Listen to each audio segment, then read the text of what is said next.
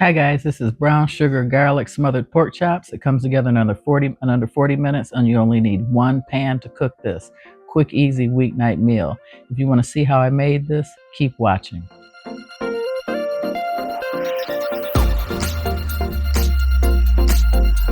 Hi guys, welcome to my channel. I'm Jennifer, the channel of Quick, Easy Weeknight Meals. I don't know how you found me, but I'm happy you're here. Today I'm making smothered pork chops.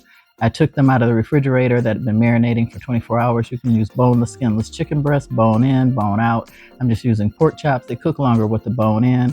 And I have some aluminum foil because I'm not using a cast iron skillet. I'm gonna show you a trick with that to use any skillet. I've got flour for dredging, a little bit of olive oil to add with the butter to keep the butter from burning.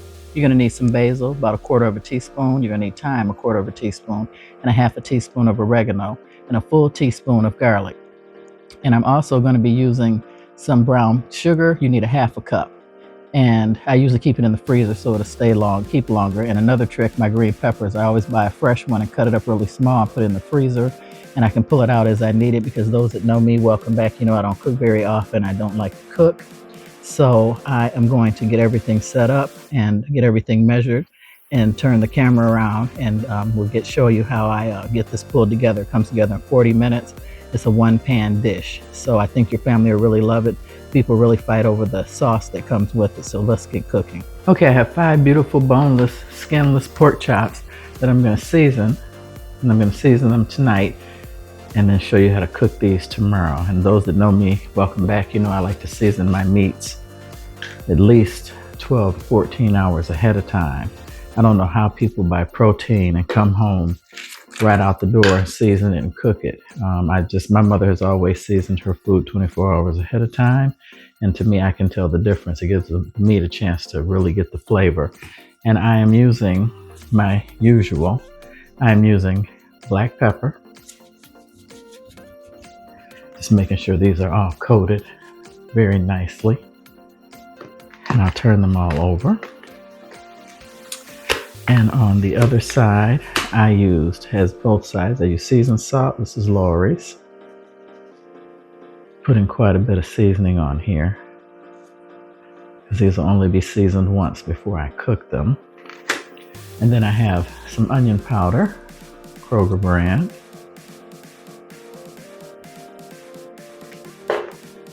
Black pepper. Seasoning them liberally.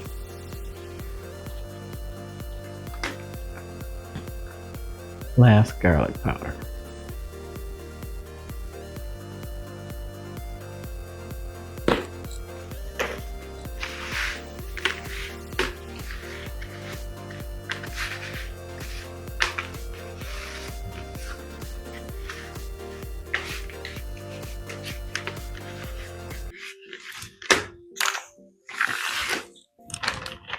Put these in a Ziploc bag and refrigerate for 12 to 24 hours. Okay guys, I'm going to dredge the pork chops in a little bit of flour. It helps thicken the sauce that it cooks in. So it's just a light dredging. If you don't want to do this, you don't have to. And I only have 5. And like I said, if you're using bone in, it will take longer to cook. You might want to go 40 minutes, but for pork chops, you need pork, 145 degrees internal temperature. I have my oven set at 400 degrees, and it is already preheated. And I have a little bit of butter in the skillet, and I'm going to add a little bit of olive oil, and you just want to saute these for a little bit. And I forgot the honey. There's the honey. I forgot to show you guys. You do need some honey in the ingredients. I left that out. I apologize. So once you get these all floured and completely coated, then you just sear them for a few minutes and then put them in the oven to continue cooking. That's why I didn't use the cast iron skillet, because you know your girl does not like extra work and didn't feel like cleaning it. So I have a little trick to show you if you have a skillet that is not oven safe to use. And you know, I upload 2 videos a week, and I always include an inspirational quote and tell a controversial joke at the end. And I'm thankful that you guys are watching my channel, and I hope you guys enjoy this video. This recipe is delicious. Most people fight over the sauce, and I would say double the sauce if you think it's really delicious, if your family loves it. Now here, I've got some butter in the skillet. I'm already heating it up. I'm adding a little bit of olive oil to it just to get that hot. And you just want to get a sear on the pork chops. You just want them to have some color, because they're going to finish cooking for about 20 minutes in the oven. And I'm going to add some green pepper. Don't let the green pepper shock you. It adds excellent flavor with the brown sugar and the honey. It's not really sweet with the spices and the green peppers. And I think your family will really like it. So I'm just adding a few because those that know me know my husband does not like green peppers at all. So I have to leave them cut in slithers so I can remove them before I fix his plate. So I'm just putting the pork chops in. I probably should have split this into 2 batches to sear them, but you know I'm lazy, so I'm going to do it all in one skillet.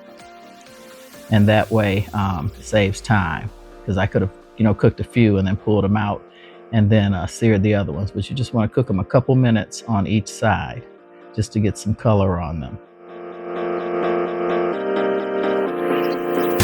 Okay, I'm turning them over. After 2 to 3 minutes, you can start turning them over. Like I said, you just want to get a nice sear on each side of the pork chops. That way, when they cook in the oven, they'll look really, really nice. And the flour just kind of thickens the sauce a little bit because you're not adding any water or anything to it. It's just the brown sugar and the spices and the honey. It's a delicious brown sugar garlic smothered pork chop recipe. I got this from my Aunt Sarah about 30 years ago, and I thought for sure she had killed the pork chops when she threw that brown sugar in there and those green peppers, but you'd be amazed at the flavor that it gives with the spices. Okay, now they've been cooking. They've cooked on both sides, nice sear. So I'm gonna go ahead and take them out and then show you the next step of how you make the sauce for this. And this only cooks for like 30 minutes in the oven. Like I said, you need a 145 internal temperature for pork chops, and just making sure that they all have a nice color on them because they're more appealing to the eye.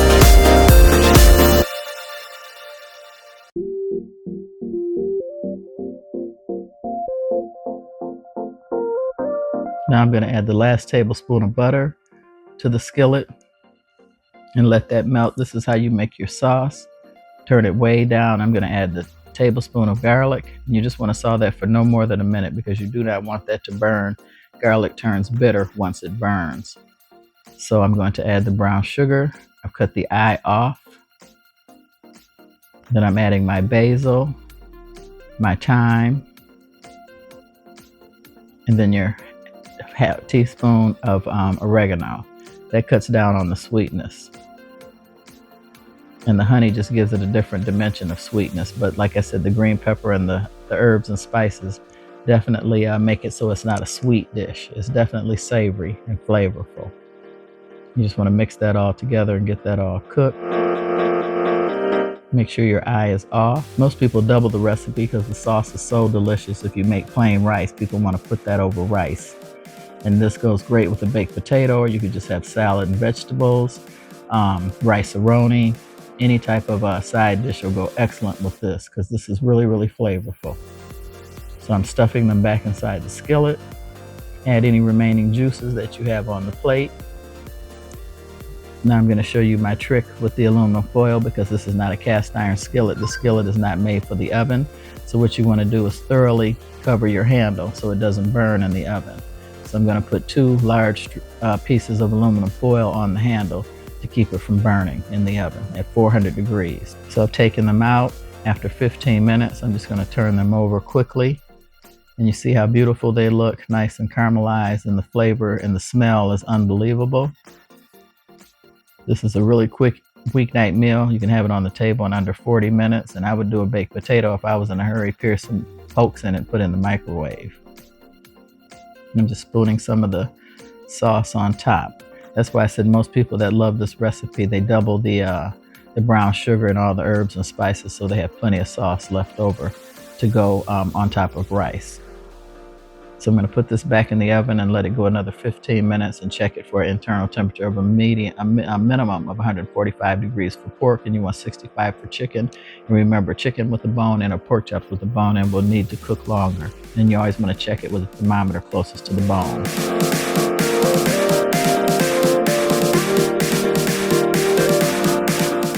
There you have it.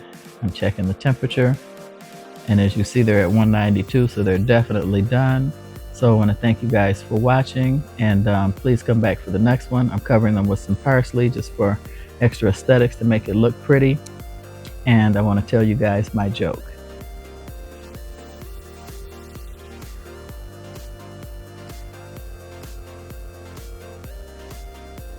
Today my son asked, "Can I have a bookmark?" I was so disappointed. He's 10 years old and he still doesn't know that my name is Brian. Oh, that's crazy. A bookmark.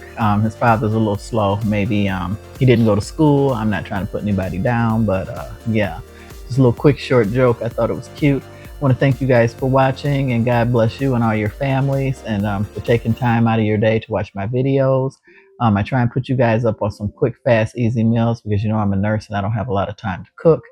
And I like my food really flavorful, and people really, really love this. When my aunt cooked it for me 30 years ago, I thought it was absolutely delicious. I was terrified when she added the brown sugar to pork chops with the green peppers, but you will not believe the flavor with the spices.